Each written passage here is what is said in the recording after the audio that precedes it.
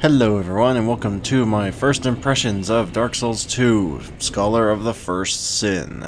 And let's just say, I was a little bit skeptical when I first heard of this remake, and so far, I've only played the one dungeon as you're seeing right here, so far the game does indeed seem very, very different.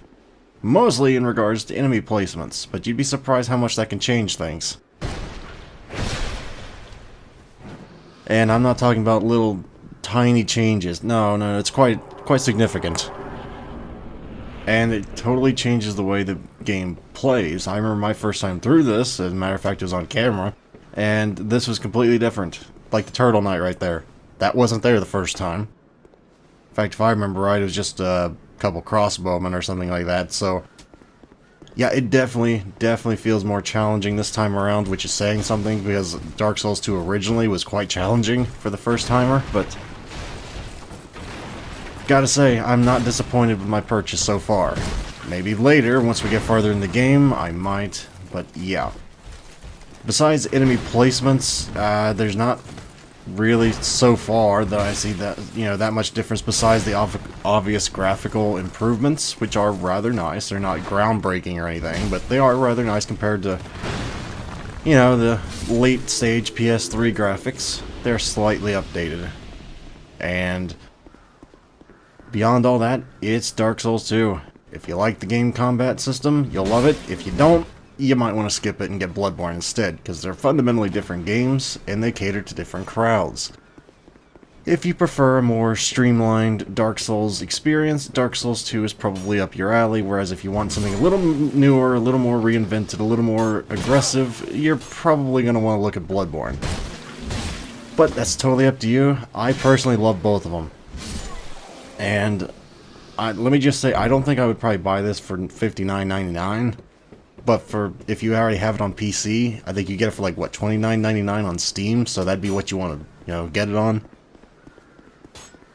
And, yes, after that, it's pretty much just like the original Dark Souls, just with different enemy placements. And so from what I've noticed, the boss fights aren't really any different. But again, I'm basing that off of the one boss fight which I've done, which is, the last giant. And I still don't know how that didn't explode those barrels, but I'm not gonna argue. So there is some more significant differences actually right up where you fight the, what do you call that thing, the Pursuer. That's the one right above me. And it makes the fight a lot more challenging than you remember from the first time, because I used to be able to kill the Punisher. I used to be able to kill the Pursuer pretty much every time, first time. I was not able to kill him this time for the, during the first time you meet him, which is a rarity. And you'll see why here in about 2 minutes. Well, maybe closer to around the minute. Does this look familiar? Well, it does, but you'll notice a few additions up here that the observant probably already noticed. But as for the actual fight, Pursuer is not really any different. I mess up, I think, once right here. First time I've ever been hit by that attack. It's since the game came out, I thank you very much. But yes, there are all the dead bodies laying around. Surprise, surprise, not all of them are dead bodies. So you get Pursuer plus, I think, 4 ads, I don't remember. So definitely makes you rethink twice on whether you want to try and take out Pursuer early. Made it a little more challenging, but still nowhere near impossible. Of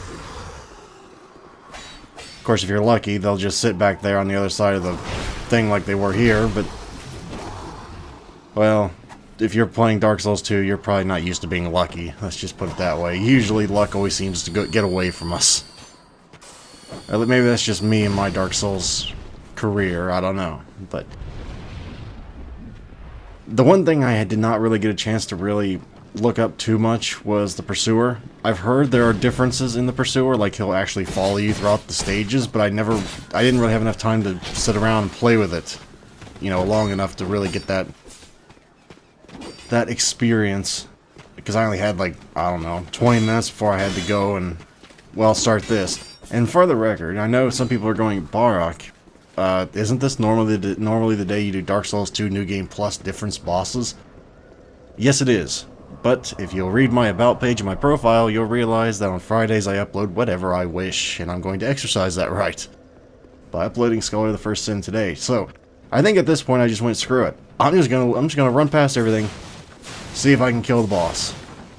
Just to do it, which is stupid because Pate's right there, or Pate, or whatever how you want to pronounce his name. I call him Pate. And see if you can spot the differences so far. Once we get, I think turn a right up there. You'll notice some more significant differences in enemy placement that makes it actually a bit easier up here. I'm surprised they made the enemy placement a little easier up here, but they did, a lot easier. Well, I take that back. They made the first part easier and the second part more difficult. This was the first part they made a lot easier. Instead of giving you the Turtle Knight, they gave you two regular. They made it a little more difficult in here, where there are I think three enemies? Yeah, 3 enemies, right. I was just very poor there.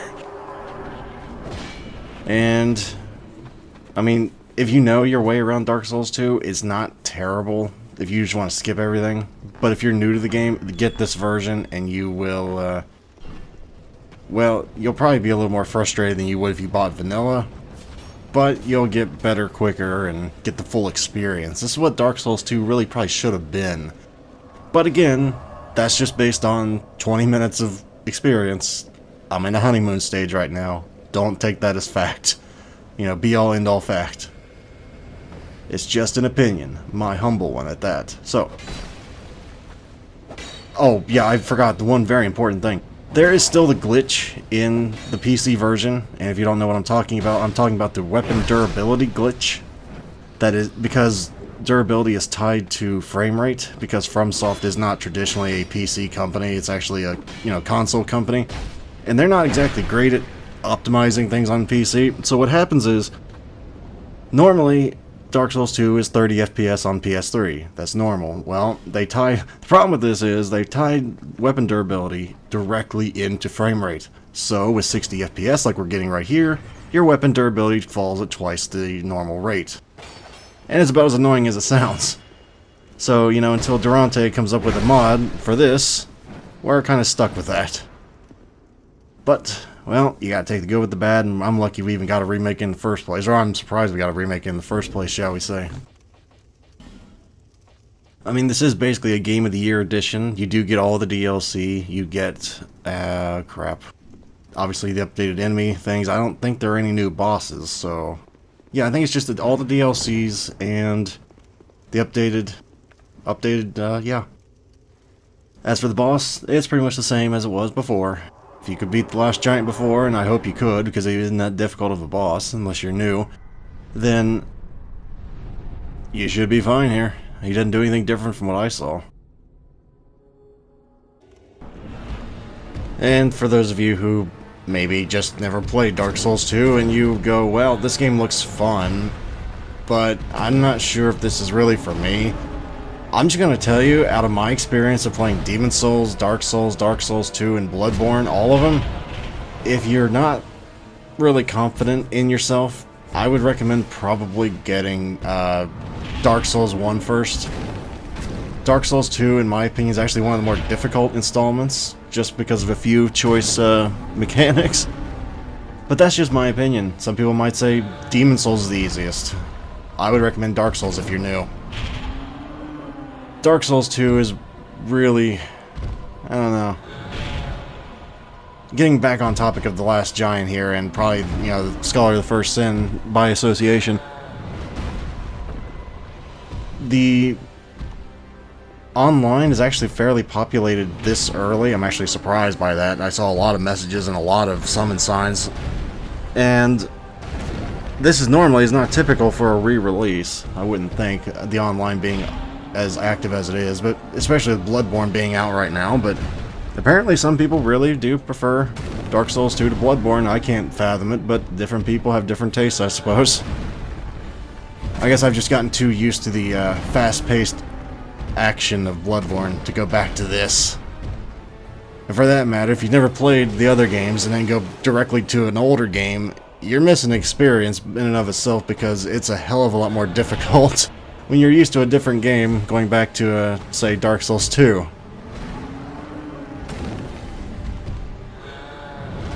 So, beyond all of that, what's my final impression? Well, it's like I said, it's not worth $59.99, $29.99, $39.99 at the upper end of the spectrum. I'd say it's worth it. But any more than that, I cannot in all good conscience recommend it above that price line, just because of the... I mean, it is a re-release. There's no getting around it. It's ugly, but it is what it is. I don't mean graphically ugly, I mean that business practice is ugly.